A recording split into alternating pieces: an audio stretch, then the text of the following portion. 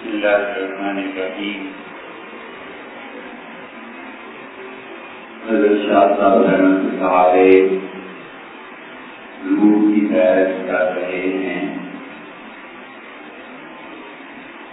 اور حقیقت بتانا یہ ہے کہ روح کا اللہ کے ساتھ تعلق کیسے بنتا ہے۔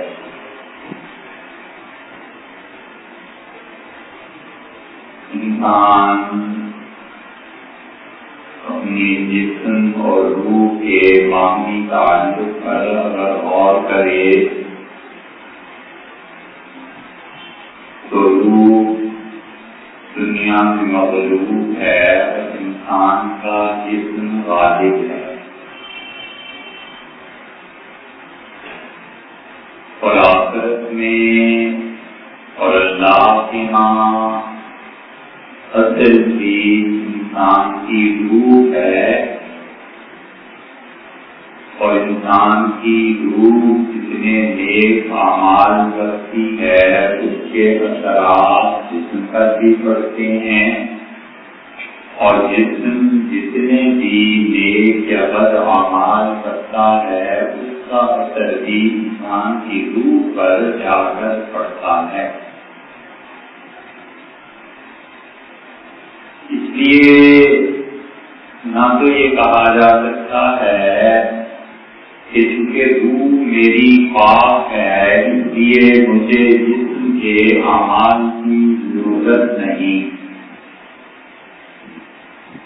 اور نہ یہ کہا جا سکتا ہے کہ چونکہ جسم کے اعمال سارے صحیح ہیں لہذا روح پر محنت کرنے کی ضرورت نہیں،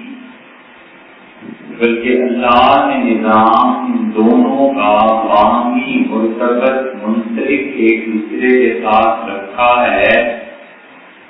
کہ ایک کا اثر دوسری چیز قبول کرتی ہے۔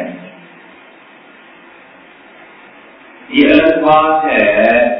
کہ دنیا میں فتویٰ ہم بظاہر ان چیزوں پر دیتے ہیں جن چیزوں کو جسم انجام دیتا ہے، اور روح جن چیزوں کو انجام دیتی ہے چونکہ ہم اسے دیکھ نہیں پاتے اس لیے ہم یہ نہیں کہہ سکتے کہ نیت کیا تھی اور روح کیا تھی۔ اسی لیے فقہاء نے طلاق کے بعد مسائل میں لکھا ہے کہ اگر آدمی یہ جملہ کہے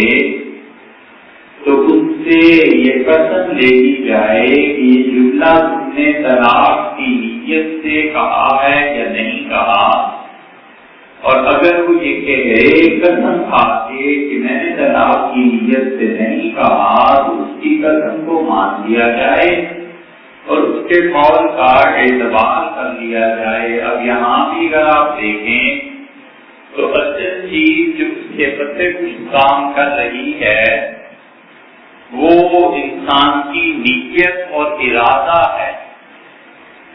اور اس نیت اور ارادے کو جانچنے کے لیے ہمارے پاس کوئی چیز نہیں ہے سوائے اس کے کسی کے اللہ کی قسم کھا کر کے کہو کہ تم نے یہ کام کس نیت سے کیا تھا، تو اب جو بھی وہ قسم کھائے گا اس کے مطابق ہوگا۔ اور کسی مومن سے یہ توقع رکھنا بہت دشوار تھا کہ یہ آدمی جھوٹی قسم کھائے۔ وقت میں بڑی برکت تھی اور لوگوں کو اللہ کی عظمت کا بہت احساس اور خیال تھا، اس لیے لوگ اللہ کی قسم ایسی آسانی سے نہیں اٹھاتے تھے، بڑی مشکل ہو جاتی تھی کسی کو قسم دینا، اور اسلاف میں ایسے لوگ مل جائیں گے جن کے متعلق یہ آتا ہے کہ ان سے ساری زندگی قسم نہیں سنی ہے، کہ کبھی بھی اللہ کے نام کی قسم نہیں کھاتے۔ یہ قسم اتنی بڑی چیز ہے کہ آدمی اگر گناہ کی قسم توڑے تو بھی کفارہ دے، نیکی کی قسم سے تو دینا ہی دینا ہے، گناہ کی قسم اگر توڑ دے تو بھی کفارہ دے۔ مثلاً ایک آدمی نے یہ کہا کہ خدا کی قسم میں یہ چیز نہیں کھاؤں گا، ایک آدمی نے یہ کہا کہ اللہ کی قسم میں فلاں کو قتل کروں گا، اللہ کی قسم میں تمہیں طلاق دے دوں گا، بیوی کو کہا، اور پھر جب غصہ ٹھنڈا ہوا تو طلاق تو نہیں دی اس نے، کسی نے سمجھایا بجھایا اور وہ قتل نہیں کر سکا یا اس کی نیت اور ارادہ بدل گیا، تو یہ جو اس نے گناہ کی قسم کھائی تھی، اگرچہ یہ گناہ پر ہے لیکن قسم توڑی نا، جب قسم ٹوٹی ہے تو اب اس کو کفارہ دینا پڑے گا، یا تو طلاق دے دیتا اور قتل کر دیتا تو قسم پوری ہوتی، ہوا نہیں، اس کی بہت سی وجہ ہو سکتی ہیں، وہ کرنا جائز بھی نہیں تھا۔ یہ قسم اتنی پاک چیز ہے کہ کوئی آدمی گناہ کی قسم کھا لے تو اسے پورا تو نہیں کرنا، لیکن جب نہیں پورا کرے گا وہ ٹوٹے گی تو اس کے بعد اسے کفارہ دینا ہے۔ اور قسم کا کفارہ 3 چیزیں ہیں،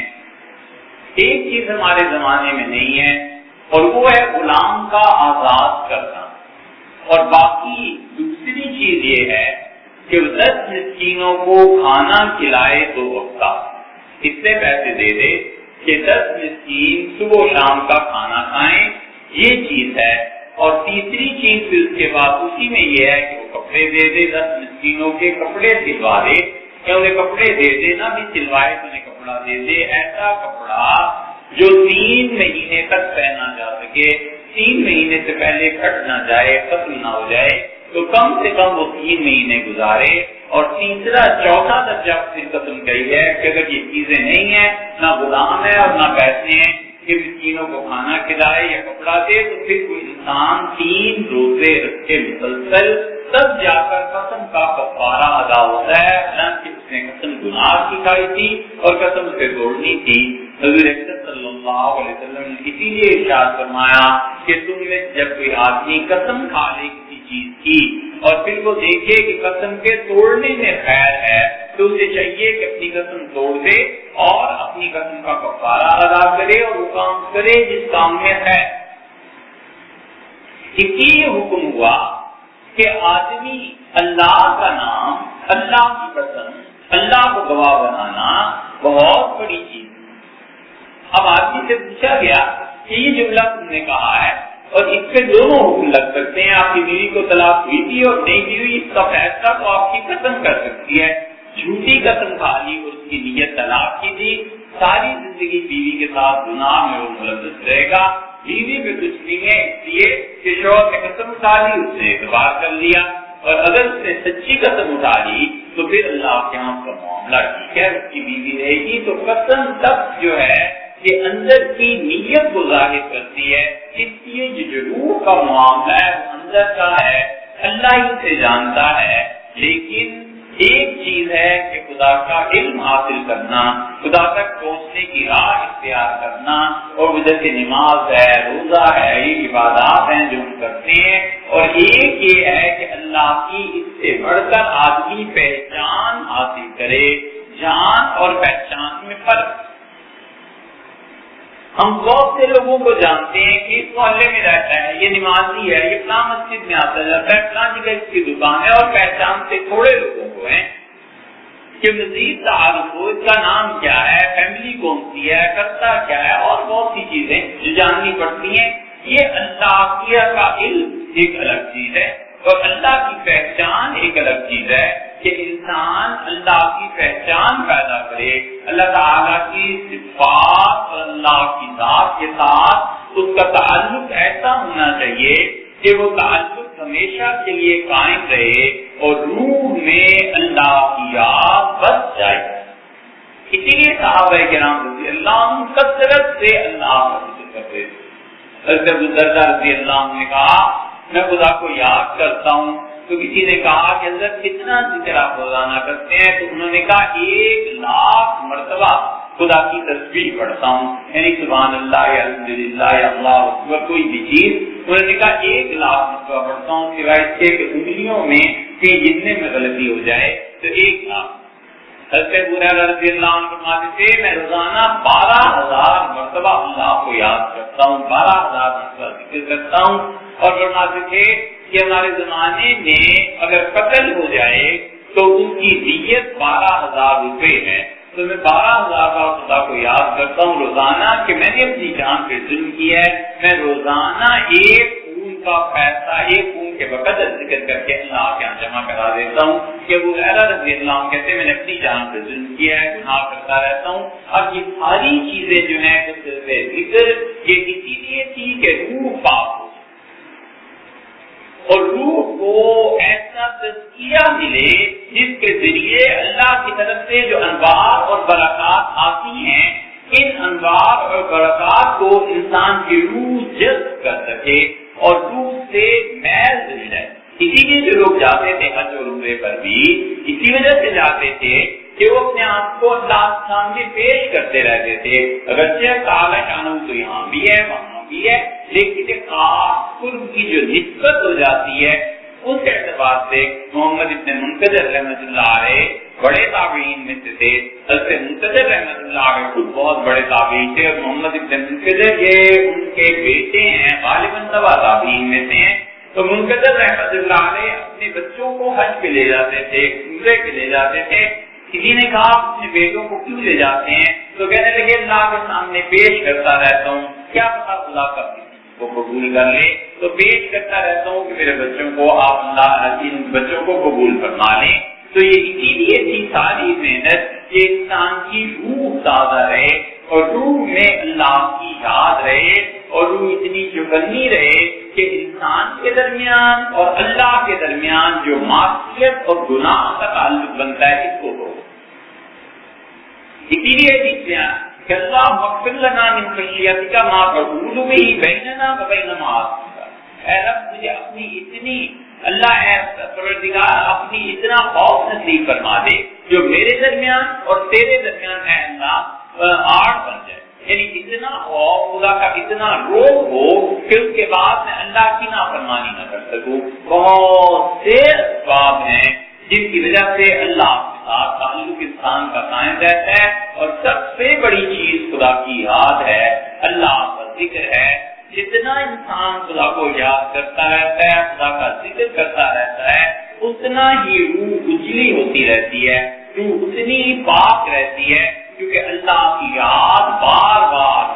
بار روح میں جب آتی ہے تو حتیٰ کہ آدمی سو بھی جاتا ہے تو بھی اس کی روح اللہ کو یاد کرتی رہتی ہے۔ سوتے میں بھی خدا کی برکتیں اور رحمتیں نازل ہوتی ہیں اور انسان تھوڑا کرتا ہے، محنت کرتا ہے دن کو اور رات کو اس کی کمائی ہے کہ وہ سو گیا، اس کے باوجود روح میں خدا کی یاد آ گئی۔ صحابہ کرام رضی اللہ عنہم اور پھر تابعین تبع تابعین یہ سارے حضرات کثرت سے خدا کو یاد کرتے تھے۔ عصر کی نماز کے بعد مغرب تک مسجد میں بیٹھے رہتے تھے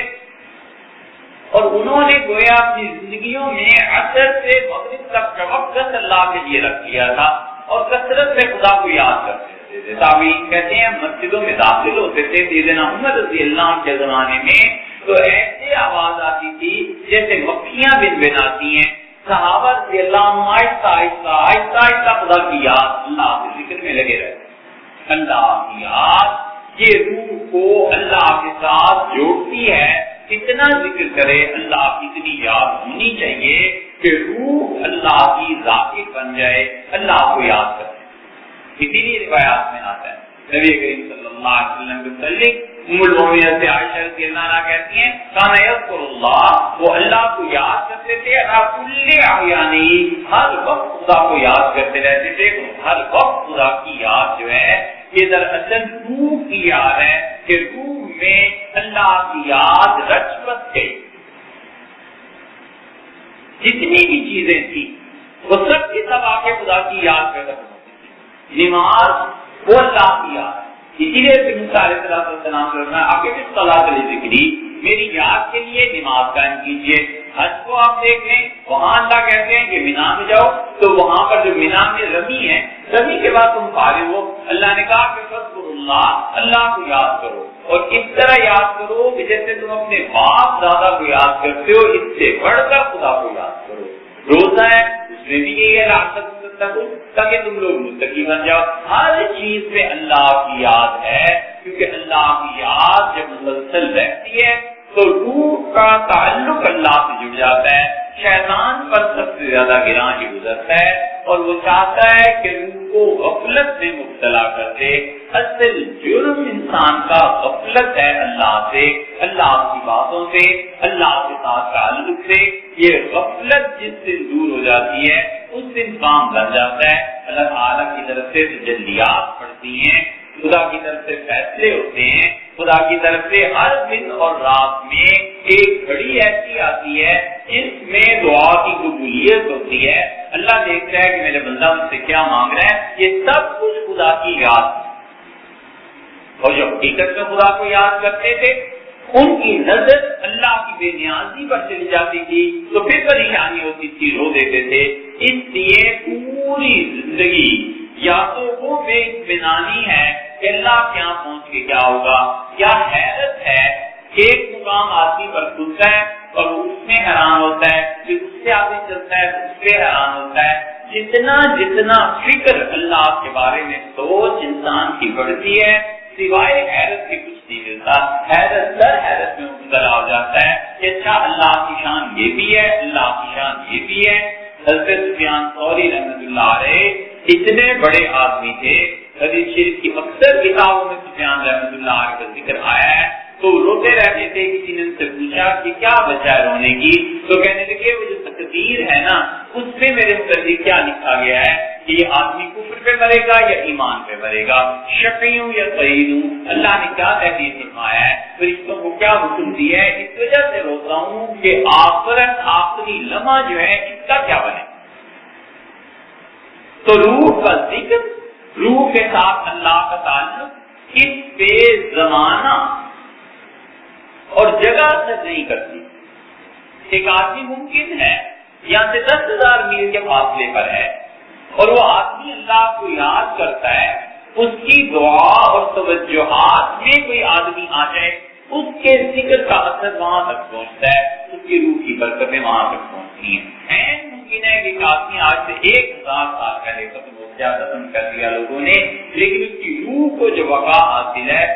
ممکن ہے کہ 1000 سال بعد آنے والا بچہ اس کے اثرات کو محسوس کرے. صوفیاء کے ہاں تو یہ اتنی کثرت سے چیزیں پائی جاتی ہیں، اتنی کثرت سے یہ سارے لوگ جھوٹ نہیں بولتے تھے. ان کو یہ کہا بھی نہیں جا سکتا کہ سارے جھوٹے معاذ اللہ سود پہ جمع ہو گئے تھے. اللہ پر جھوٹ بولنا وہ ایسی بے برکتی پیدا کر دیتا ہے جو چیزیں آگے کو چلتی.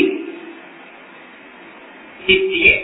زمان و مکان کی کیسی ہے. اسی لیے صوفیاء جو اس بات کے قائل ہوئے ہیں کہ اللہ کی قبول سے فیض حاصل ہوتا ہے، اس کی بھی اصل وجہ یہی ہے. یہ نہیں ہے کہ ہر آدمی کو کہتے ہیں کہ قبروں پر جا کے بیٹھو اور تم وہاں سے کوئی فیض حاصل کرنے لگو. اس کے بھی کچھ طریقے ہیں، لیکن جو صوفیاء اس کا تذکرہ بار بار کرتے ہیں وجہ اس کی یہ ہے کہ جو صاحب دل ہوتا ہے، جس کی بھی تصویر ہوئی کہیں بھی ہوئی، روح کا تعلق ارتباط ایسا ہے کہ اللہ تعالیٰ عالم ارواح سے اس انسان کے ساتھ کوئی نہ کوئی تعلق پیدا کر دیتے ہیں. پھر وہاں سے وہ برکات آتی ہیں اور اس انسان پر نازل ہوتی ہیں. اس انسان کو باقاعدہ بہت سی چیزیں محسوس ہوتی ہیں اور وہ سب کچھ ایسا باریک سلسلہ ہے کہ اس انسان کی عقل نہیں بعض اوقات تصدیق کرتی. اس کی بڑی موٹی سی ایک مثال خواب ہے کہ انسان خواب میں دیکھتا ہے کسی نے آگے سے کچھ کہہ دیا، بعد میں بات ہو گئی، تو وہ کیا چیز تھی؟ اللہ تعالیٰ نے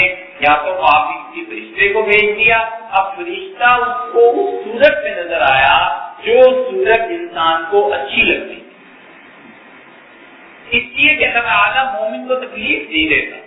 آدمی دیکھتا ہے خواب میں کہ فلاں شخص آیا، اس نے یہ کہہ دیا. اب فلاں شخص جو آیا اس کو تو وفات کو بھی کئی سال ہو گئے، یا تو اس کی روح آئی اس خواب میں اور یا پھر فرشتے اس کی صورت اور روح بھاگ کر آئے اور انہوں نے آپ کے سے خوشخبری دی. اب یہ یہاں سے گمراہی بھی شروع ہو جاتی ہے. تو یہ سمجھتا ہے کہ ان لوگوں کو میرے سارے اعمال کا علم ہے، اس کی کوئی دلیل نہیں ہے کہ انہیں ساری حادثوں کا علم ہو. ممکن ہے کہ اللہ کا کوئی فرشتہ آ گیا ہو یا زیادہ ان کی روح آ گئی ہو اور خدا نے اسے اجازت دے دی ہو. جب تک قطعاً فیصلہ نہ ہو جائے ہم اس وقت تک عقیدہ کیسے اپنا سکتے ہیں؟ اس لیے عقیدے کا بگاڑ بھی یہاں شروع ہو جاتا ہے. لیکن اصلاً اولیاء اللہ قبروں سے فیض ہونا، شاہ ولی اللہ رحمۃ اللہ علیہ اس کا اقرار بھی کرتے ہیں. کئی چیزیں لکھی ہیں اور شاہ صاحب رحمۃ اللہ نے تو پوری کتاب اس موضوع پہ لکھ دی ہے. کہ حضور اکرم صلی اللہ علیہ وسلم کی روح مبارکہ کے ساتھ ان کا کیسے ربط و ضبط رہا، نبی کریم صلی اللہ علیہ وسلم کی روح پہ کیسے غالب آ گئی، اس روح نے کیسے آ کے شاہ صاحب رحمۃ اللہ کے دبوچ لیا مجھے، یہاں تک کہ میرے ساری جسم پہ سب جگہ طاری ہو گئی حضور صلی اللہ علیہ وسلم کی روح، اور اس سے میرے دل میں انہوں نے یہ ڈالا کہ اب یہ بات ہے، یہ بات ہے، یہ بات ہے۔ شاہ صاحب رحمۃ اللہ کی سمجھائی گئی، بہت بڑی بات سمجھائی گئی، اور کہا اب میری امت پہ ایسا دور آ رہا ہے جس میں حدیث اور فقہ کو تصدیق دینی ہو۔ فقہی مسائل جو تم بیان کرتے ہو اور حدیث کی طرف نہیں جاتے، تو اب ایسا دور آ رہا ہے جس میں حدیث اور فقہ کو تصدیق دینی ہوگی۔ ہندوستان میں فقہی جمود کا یہ حال تھا کہ کسی شخص کے لیے ممکن نہیں تھا کہ وہ بات کرے کہ حضور اکرم صلی اللہ علیہ وسلم نے یہ بات کی۔ لوگ کہتے تھے مسئلہ بیان کرو، حدیث نام سے بیان کرو، یہاں تک کہ تشہد میں اشارہ کرنا، اشہد ان لا الہ الا اللہ پہ نماز میں انگلی اٹھانا، یہ افغانستان کے پٹھان نہیں توڑ دیتے تھے، کہتے تھے یہ کہاں ہے، نماز میں تمہیں سکون ہے،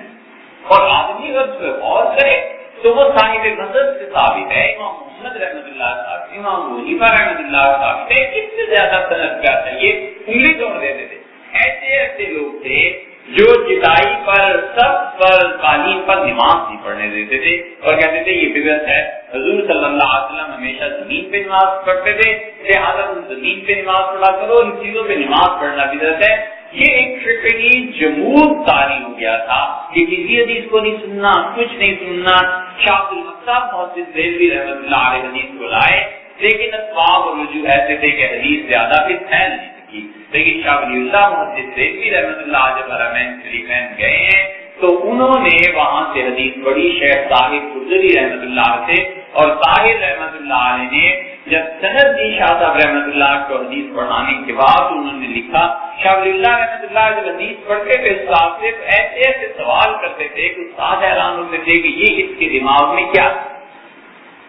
یہ کیسے سوال اس کے ذہن میں آتے ہیں۔ تو انہوں نے شاہ ولی اللہ رحمۃ اللہ کی سند میں لکھا کہ اگرچہ ظاہر میں صحیح بخاری اور حدیث پڑھ کے فلاں کتابیں احمد نے، شاہ اللہ رحمۃ اللہ کا نام بھی احمد ہے نا، احمد نے اگرچہ مجھ سے سند لی ہے، لیکن حقیقت میں میں نے اس سے حدیث کے الفاظ کی سند لی ہے، لیکن حقیقت میں میں نے اس سے حدیث کی معانی کی سند لی ہے، کہ جب یہ پوچھتا تھا تو پھر مجھے پتا چلتا تھا کہ اچھا اس حدیث سے یہ مطلب بھی نکل سکتا ہے، یہ مطلب بھی نکل سکتا ہے۔ تو شاہ صاحب رحمۃ اللہ کو بتایا گیا کہ آگے کا دور اب ایسا آ جائے گا۔ اب آگے کا دور کیسا آیا؟ اہل حدیث حضرات کا ہندوستان میں نفوذ ہوا، حدیث کی کتابیں پھیلی،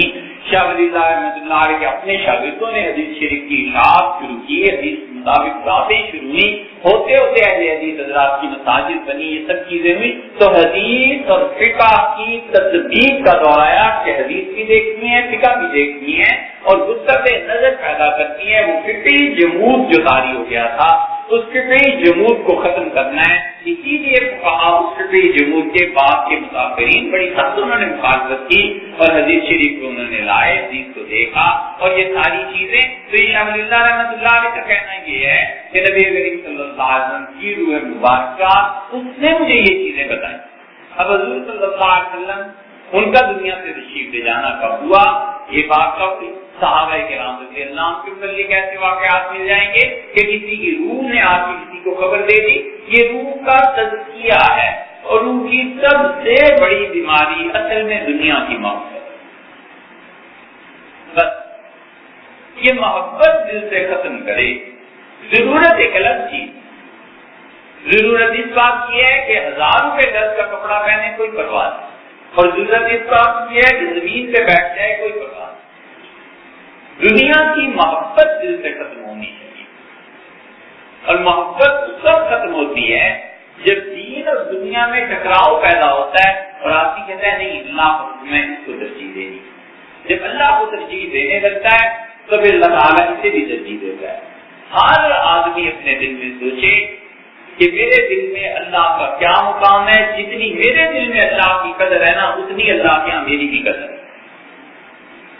جتنا میں خدا کو وزن دیتا ہوں اپنی ساری زندگی میں اس کے احکامات کو، اتنا ہی اللہ میرے بارے میں بھی وزن دیتا ہے۔ سیدھی سی بات ہے، سیدھا سا اصول ہے۔ اللہ کی نافرمانی کے ساتھ آدمی یہ چاہے کہ روح کا تزکیہ ہوتا رہے، بڑی مشکل بات ہے، اللہ یہ کہ خدا کا فضل ہو جائے تو الگ بات ہے، وگرنہ روح سب سے زیادہ تمام چیز دنیا کی محبت ہے، عہدے کی محبت، پیسے کی محبت، وہ شخصیات جن سے انسان کا بظاہر نفع اور نقصان وابستہ ہے، ان کی پرستش، اپنے آپ کو بڑی شخصیت کی نظروں میں بڑا ثابت کرنے کی جدوجہد، یہ سب مرض ہے۔ ایک آدمی بڑا ہے، صدر ہے، وزیر اعظم ہے، پتہ نہیں چلتا اس کو وزارت ملنی ہے یا نہیں ملنی، ایک آدمی سارے اسباب اور وسائل جھونک دیتا ہے اس کے پیچھے کہ کسی طرح اس کی نگاہ میں بڑا بن جاؤں، ٹکٹ مل جائے، کوئی اسمبلی کی سیٹ مل جائے، کچھ مل جائے، تو وہ اس سے پوچھے کہ جو تم ہزاروں لاکھوں روپے خرچ کر رہے ہو، سینکڑوں آدمیوں کو لے کے جا رہے ہو اس کے پاس، مقصد کیا ہے؟ مقصد صرف یہ ہے کہ لوگ مجھے اچھا جاننے لگے، کل کو میری واہ واہ ہو جائے، اسمبلی میں سیٹ مل جائے، عہدہ مل جائے۔ یہ دنیا نہیں ہے تو اور کیا؟ جو حق اللہ کا تھا اس نے انسانوں کو اللہ کا حق دے دیا۔ معلوم حضرت عبداللہ بن عمر رضی اللہ عنہ وفات سے پہلے انہوں نے کہا کہ انگور مل جائیں تو کیا اچھا ہو، تو ان کی اہلیہ نے کسی کو انگور لینے بھیج دیا،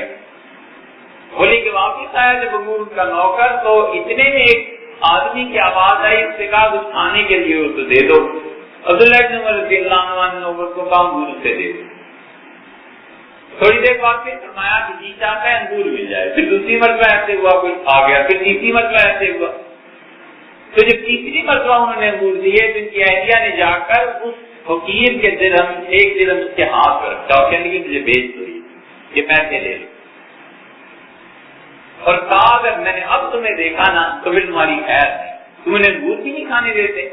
تو عبداللہ بن عمر رضی اللہ عنہ کو کہا کہ پاس دے گئے اور کہا حضرت آپ کھا لیں۔ وہ کیا وجہ تھی؟ وہ بار بار جو صدا آ رہی تھی نا تو سوال وہ اللہ کے لیے۔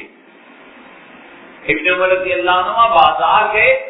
بہت خوبصورت جو چنی ہوئی ہوگی زمانے میں اپنے حسن کے اعتبار سے ایک باندی خریدی، اسے گھر لائے اور بچوں کو کہا دیکھو میں نے باندی خریدی ہے، کتنی خوبصورت لڑکی ہے۔ انہوں نے کہا واقعی یہ باپ کا انتخاب ہے، کہنے کے جاؤ اللہ کے لیے آزاد کیا۔ بچوں نے کہا یہ کیا آپ نے کیا؟ کہنے کے میں نے جب آیت پڑھی کہ لن تنالوا البر حتی تنفقوا مما تحبون، اللہ نے کہا تم حقیقت میں نیکی کے کمال تک اس وقت تک نہیں پہنچ سکتے جب تک اللہ کی راہ میں وہ چیز نہ خرچ کرو جس سے تمہیں محبت ہے۔ تو میں نے سوچا مجھے سب سے زیادہ محبت کس سے ہے؟ پھر مجھے خیال آیا کہ مجھے عورتوں سے تعلق میں بڑی دلچسپی ہے، خواہش ہے کی، تو میں گیا اور سب سے خوبصورت خرید کے باندھی اللہ کے لیے آزاد کر دی تاکہ اللہ اس پہ گواہ رہے کہ مجھے جو سب سے زیادہ پسندیدہ چیز تھی میں نے اللہ کی راہ میں دی۔ یہ کیا چیز ہے؟ یہ اللہ تک پہنچنے کی جستجو اور جدوجہد ہے کہ کسی طرح اللہ تک پہنچا جائے، روح کو پاک کیا جائے۔ ساری زندگی اسی کام میں گزرتی ہے کہ کسی طرح روح کو پاک کرے۔ دنیا کی محبت پھر اس کو آلودہ کر دیتی ہے، روح پرواز کرنا چاہتی ہے، اللہ کی طرف چلنا چاہتی ہے، انسان سے مادے کی طرف کھینچتا ہے، گندگی کی طرف کھینچتا ہے، پھر وہ اپنی جان چھڑا سکے پھر اپنے سے لے آتا ہے۔ یہ کشمکش رہتی ہے یہاں تک کہ آدمی کی روح جب غالب آ جائے، اللہ کی یاد غالب آ جائے، اللہ کا ذکر غالب آ جائے، تو پھر جا کر اس کشمکش میں کچھ آدمی ذرا سا ڈھیلی پڑ جاتی ہے یہ کشمکش، اور روح جو ہے وہ انسانی جسم پر غالب آ جاتی ہے، پھر خدا کی اطاعت کے تقاضے کچھ پورے ہونے لگتے ہیں۔